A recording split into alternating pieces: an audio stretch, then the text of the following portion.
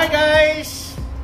Magandang araw po sa inyo dyan lahat sa Pilipinas, Luzon, Visayas at Mindanao or saan ka man sulok ng mundo dito po sa YouTube channel ko. By the way, this is HDRDR, Tams the Vlog. Welcome back po dito sa channel ko. Maraming salamat nga pala sa mga nag-like, nag-share, nag-comment at nag-subscribe. At kung ikaw naman ay bago lang dito sa YouTube channel ko, huwag kalimutan i-hit ang notification bell button at mag-subscribe para lagi kayo updated ng mga buhay ng puging marino kagaya ko. Ngayong araw na to guys, mga bro, mga sis, ang isi-share ko po sa inyo ngayon ay ang paano pag filter wash ng BTWS or BWMS kung paano mag filter wash. Kaya ituloy nyo lang ang panonood hanggang sa matapos para at least may makukuha po kayong konting idea na nalaman ko po. Kaya share ko po sa inyo yan.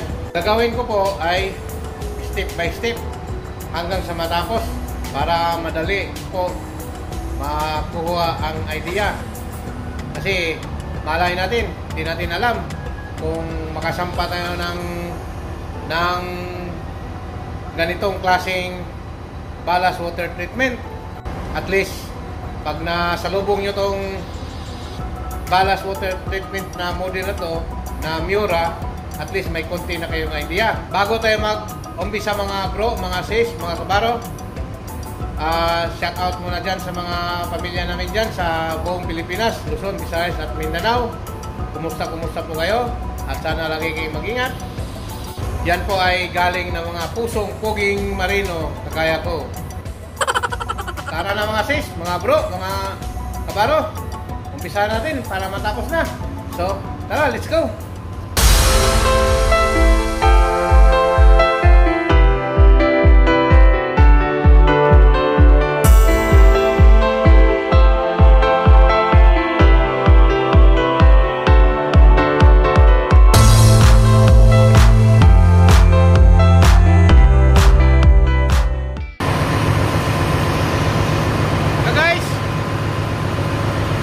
Ituturo ko sa inyo ngayon ang paano pag filter wash.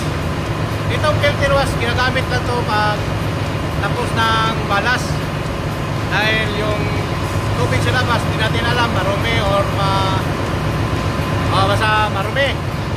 Kaya kailangan natin i-filter wash para tanggalin niya yung mga dumi-dumi na galing sa labas. Kung galing ka sa balas operation, pag di-balasting operation, hindi mo na kailangan i-filter wash dahil yung tubig malinis na galing sa tangke. Yun na lang gagawin natin, itatapon na lang, pero dadaan pa rin siya sa filter. Yun, kaya isa natin, pindutin mo na itong filter wash lahat. Pag napindot mo na yan lahat, mag-automatic na yan siya lahat, mag-filter wash, bubukas na yung mga balbula. Kaya filter wash natin mga. Yan po. Yung mga balbula na yan, bukas na yan, mag-automatic. Ito. Kaya ito yung backwash pump ng filter. Ito yung automatic pagtakbo. Yung mga balbula na yan, hindi na kailangan gagalawin. Kasi yan ang advice ng galing sa meter. Kasi yung mga balbula niyan, kusa na magsasara. Ito po, kusa na po siya magsasara o magbubukas. Ayun, yun din po. Kusa na yan siya magsasara pag ilano mo. Tapos yung hangin, kusa na rin siya magbubukas. Ito, kusa na magbubukas o magsasara. Magbubukas yan pag umpisa na. Pag magsara, automatic din siya para na, automatic din siya magsasara. Yung yan. Okay, umpisa natin. Yan, pindutin mo lang itong confirmation. Yan po. May ilaw na siya dito. Nag-highlights na, pati ito. Kaya, hayaan mo natin kasi nagpa-process na yan siya.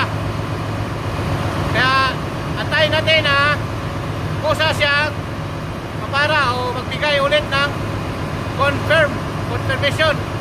Saka natin pindutin. Okay, guys. Yun po guys. Antayin na natin na ilaw to kasi pag i-start yung fresh water pump papunta rito sa filter para bugahan niya ng fresh water. Ito sabay yung hangin para maging malakas yung presyon sa loob. Ilinisan niya sa loob tapos itatapon niya.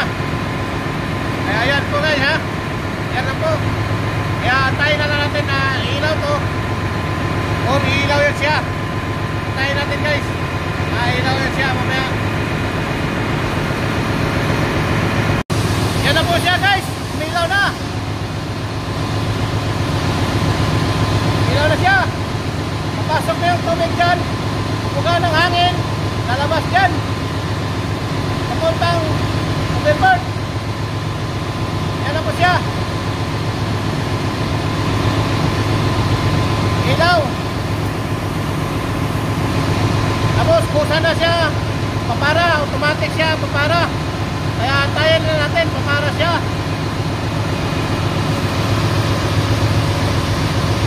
Yan po ay filter wash po. Filter wash operation.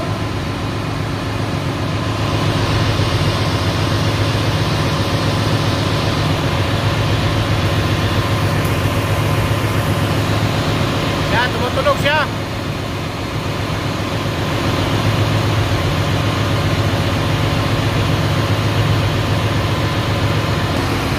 Ito guys, tumutunog siya. Bubugas yan. Para dito siya, bubuga. Bubugas siya. Ito, bubuga. Tubig.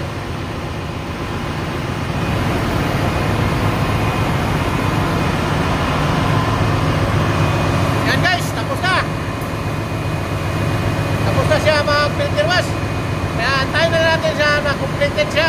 Na tapos na talaga. Antayin na natin yung confirmation na lalabas. Yun, pag lumabas na, pinutin mo na. Tapos, yun lang. Tapos na ang operation. Kompleto na sa filter wash. Yan po. Yan po ang isi-share ko. Yan po ang isi-share ko ngayon sa inyo. Kaya, salamat sa mga nag-like, nag-share, nag-comment at nag-subscribe dito sa YouTube channel ko. At kung ikaw ay bago ko lang sa YouTube channel ko, huwag kalimutan i-click ang notification bell button at mag-subscribe para lagi kayong updated sa mga video ko na i-upload. So yan na guys.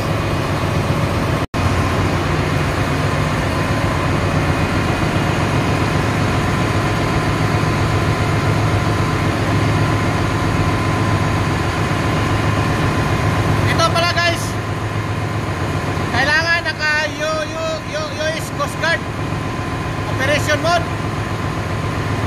Dahil yan ang standard ginagamit yun. Bawal gumamit ng IMO mode. Kaya lahat ng operational ng ballasting, ibalasting, yan lagi naka-US Coast Guard. Kaya yan po. Itong ballast water treatment na implemento year 2000. Matagal na po to pero totally implemented talaga mga 2019 o 2018 o 2020 gano'n. Kaya na fully implemented talaga yan. Yan. Yan na po siya guys. Tapos na yung filter wash. Kaya pwede natin pinutin yung confirmation. Bali tapos na lahat. Okay na po tayo lahat. Kaya pindutin na rin.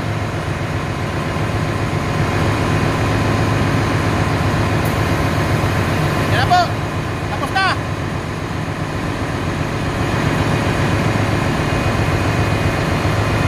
Okay na ito guys. Kaya tapos na. Balik natin sa menu. Yan po guys. Nakapara na guys. Nakapara na. System stop. Yan na po. Complete na tayo lahat. So salamat sa manonood guys. Sana nagustuhan nyo. So yan na po mga bro, mga sis, mga kabaro, kung paano mag filter wash ng ballast water treatment. Yan po. At sana nagustuhan nyo at nag-enjoy po kayo sa panonood. Salamat ulit sa mga nag-like, nag-share, nag-comment at nag-subscribe. At kung ikaw naman ay bago lang dito sa YouTube channel ko, huwag kalimutan i-hit ang notification bell button at mag-subscribe para lagi kayo updated sa mga buhay ng puging marino kagaya ko. So, sana po guys ulit nagustuhan nyo at enjoy po kayo at may natutunan po kayo sa paano pag filter wash. So bago ko magpaalam mga bro, mga sis, mga kabaro, shout out ulit dyan sa mga pamilya namin dyan sa buong Pilipinas. Yan po ay galing sa mga puso ng puging marino. So magandang araw po guys at God bless.